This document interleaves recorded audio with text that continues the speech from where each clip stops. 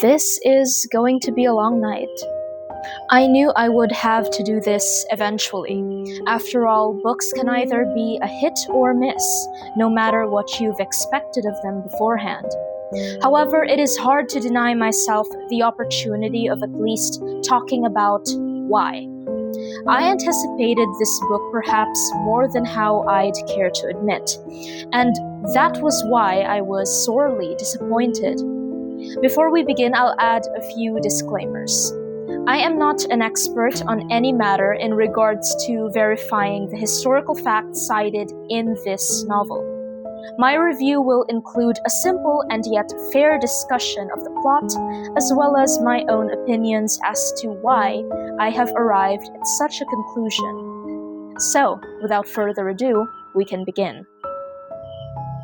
The Historian by Elizabeth Kostova is a novel that convinces to deliver a creative retelling of a classic novel that solidified the vampire genre, Bram Stoker's Dracula.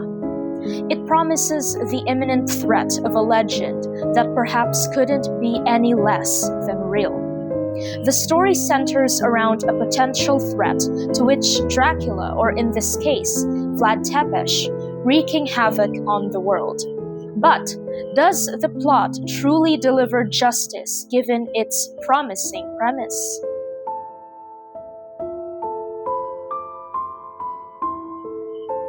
The story opens in 1972 Amsterdam as an unnamed narrator finds an old book with a woodcut of a dragon in the center. When she asks her father Paul about it, he tells her how he found the book in his library corral when he was once a student.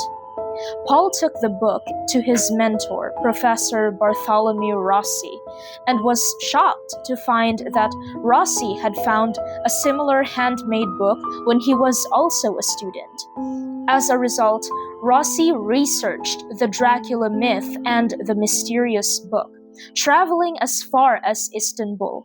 However, the appearance of a curious character and the unexplained events that accompanied it caused him to drop his investigation and return immediately to his work.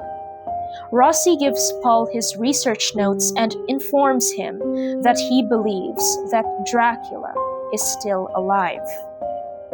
The bulk of the novel focuses on Paul's adventures. After meeting with Paul, Rossi disappears. Smears of blood on his desk and the ceiling of his office are the only traces that remain of him. Certain that something unfortunate has befallen, Paul begins his investigation. While in the university library, he meets a young woman reading a copy of that classic novel. We later found out that she is Helen Rossi, the daughter of the missing professor. Paul attempts to convince her that one of the librarians is trying to prevent their research, but of course, she is unpersuaded. Later, the librarian attacks and bites Helen. Paul intervenes and overpowers him, but he breaks free. The librarian is then run over by a car in front of the library and is apparently killed. Upon hearing her father's story, the narrator becomes interested in the mystery and begins researching Dracula as she and her father travel across Europe during the 1970s. Although he eventually sends her home, she does not remain there. After finding the letters addressed to her that reveal that Paul has left on a conquest to find her mother, previously believed to be dead, she sets out to find him. As is slowly made clear in the novel, Helen is the narrator's mother. The letters continue the story her father has been telling her. The narrator decides to travel to a monastery where she believes her father might be. The narrator reads descriptions of her father and Helen's travels through Eastern Europe.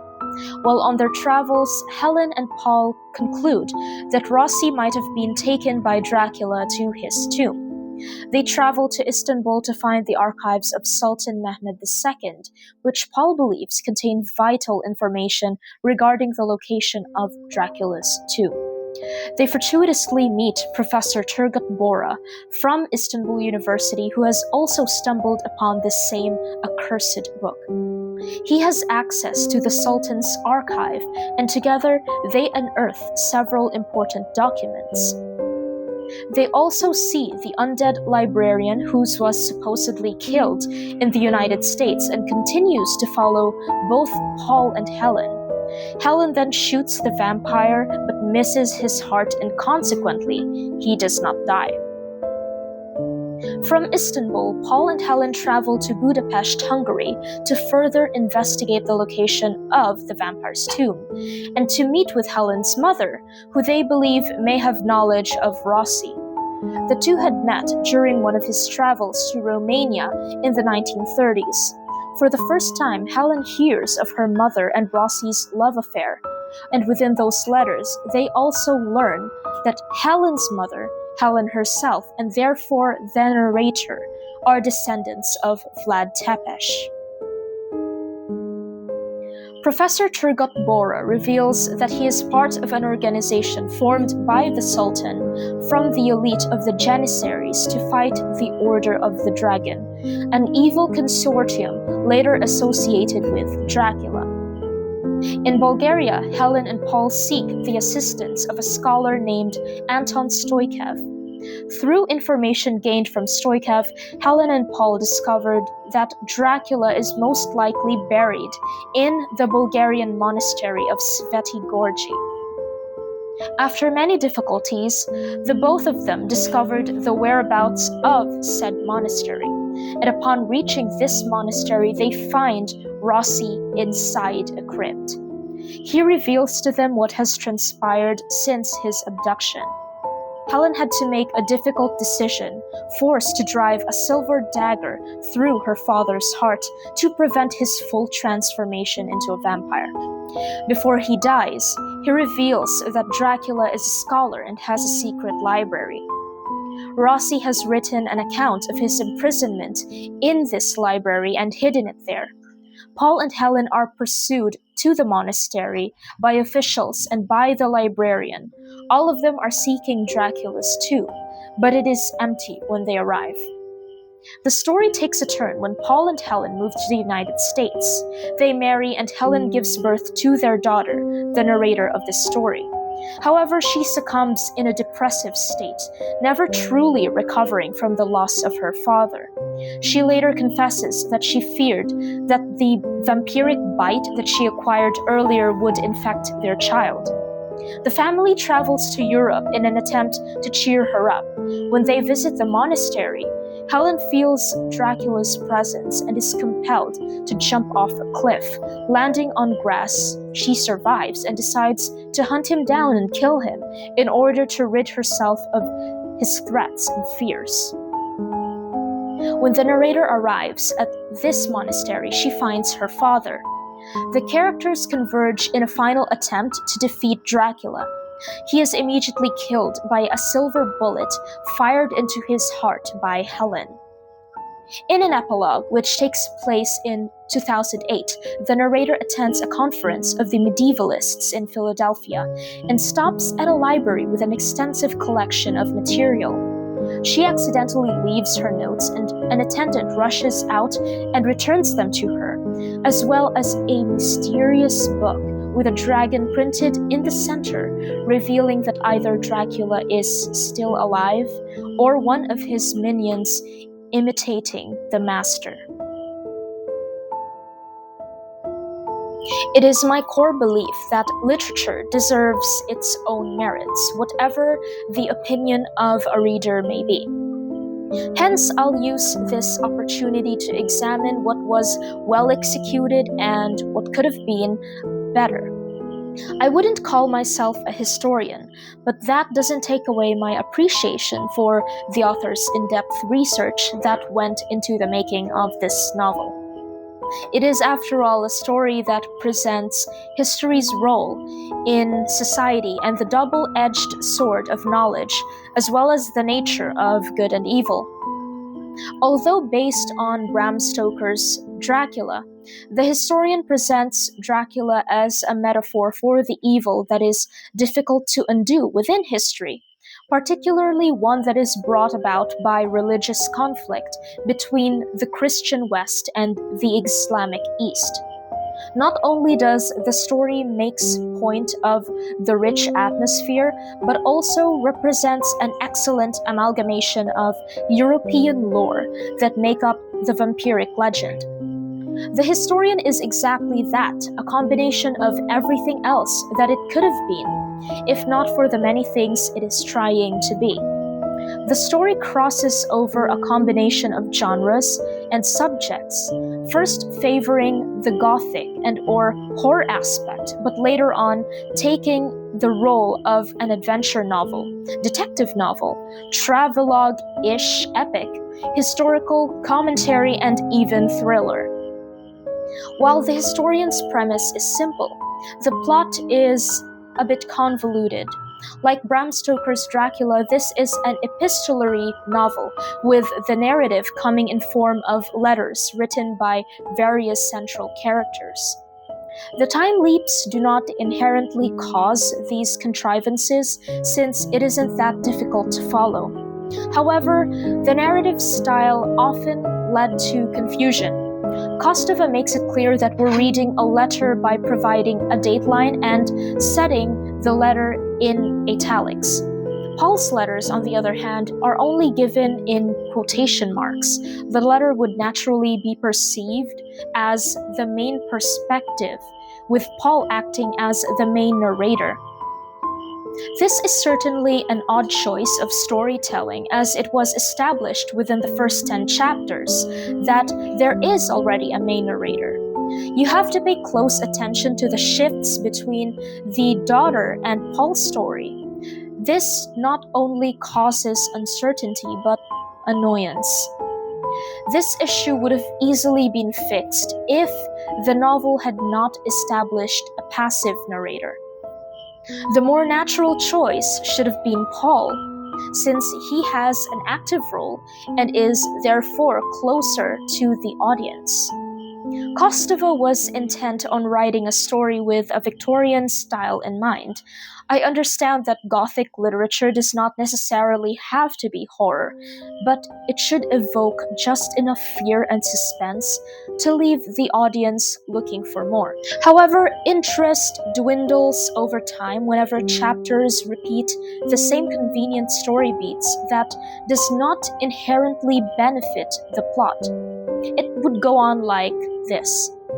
Both of the characters need to find a building of historical importance, and by coincidence, finds the very people that could help them.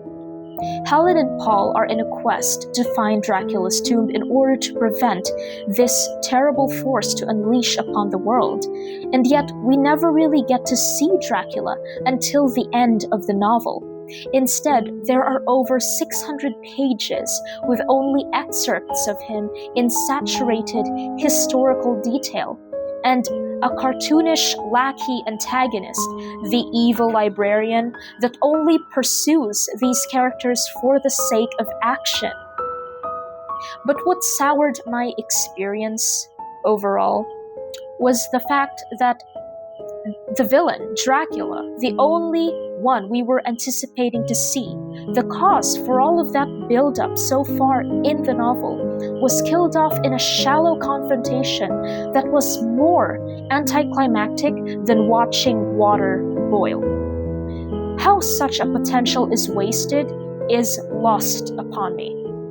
To put insult to injury, Helen went about to explain why she ran off in the end in a children's tale fashion, and they went on to live happily ever after.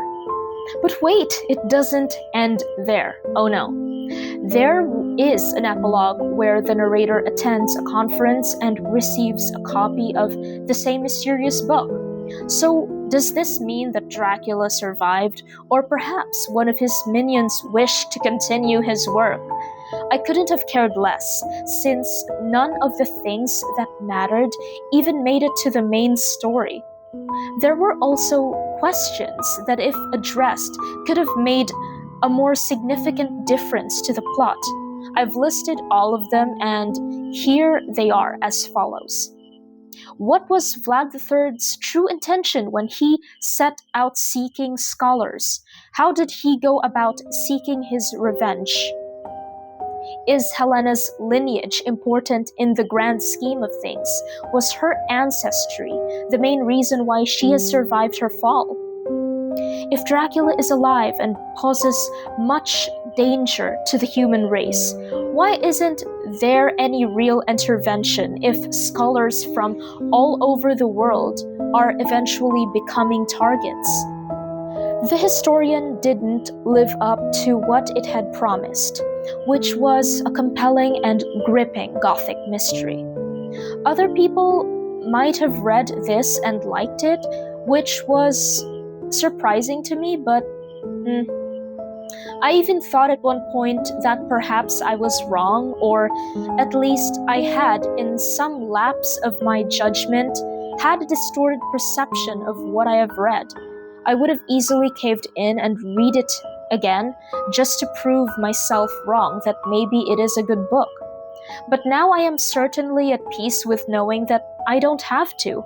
I don't have to prove myself anything in order to convince somehow people that it is just my opinion that I never really liked it, and I was just disappointed that such a plot, such good plot, such potential is wasted upon something so anticlimactic as a silver bullet. Thank you so much for watching, and see you on your next read.